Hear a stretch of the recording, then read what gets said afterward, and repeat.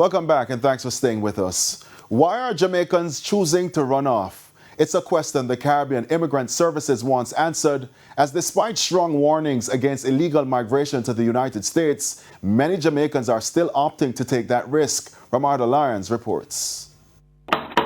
Police! Jamaicans are no exceptions. Those who are illegal in the United States are on thin ice. President Donald Trump's message on immigration has been clear. On day one, I will launch the largest deportation program in American history. I inherited a mess, and I'm fixing it. In April 2026, an ICE flight monitor tracked 245 removal flights, a monthly record since independent flight tracking began in 2020.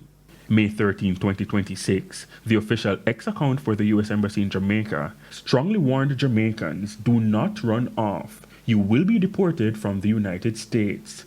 In March, it advised, do not overstay your visa. But there are Jamaicans who still take those risks knowingly.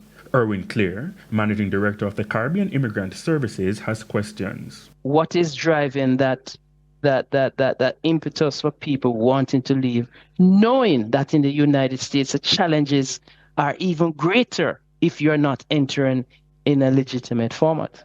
According to the UNDP 2026 Development and Democracy Report for Latin America and the Caribbean, more than half of Jamaicans plan to migrate within the next 3 years to work or live. Jamaica is second in the region with 54%. Haiti is at number 1 with 74%. Now, this does not factor those who have illegal intentions. Mr. Clear says the conditions on the ground in Jamaica must be part of the conversation about why people feel compelled to consider those options. Why would you want to leave? It would mean then that, what is it? Are you running from persecution? The economic opportunities there are unstable, which is largely the latter. There have also been arguments that some applicants spend thousands of dollars pursuing visas and still face high denial rates. A denial of a visa, there are those who says that it leads to persons trying other methodologies to enter the United States. And what you'll find is that those avenues are closing down, and it's even harder. And yet you still have, I've been told, persons still trying to enter the States. It goes back to what's causing people to leave. And I think that's where the reflection on home becomes a part of the subject. Why are people intent on leaving in those numbers? But based on reports on the U.S. government's intense clampdown, are people being deterred? It's fair to say that it has been working because the numbers illustrate such.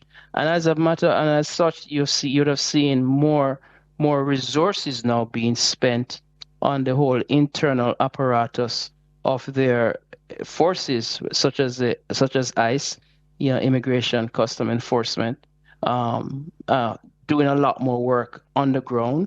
We'd have seen the build out of mass incarceration sites to hold them as they go through the process of deportation. Illegal immigrants in America have been getting financial incentives to leave, and voluntary departure is on the table.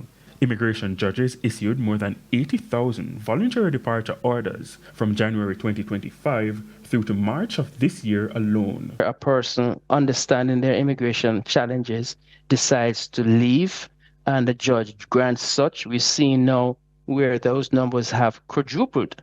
So again, it's a series of targeted practices. Ramada Lyons, TVJ News.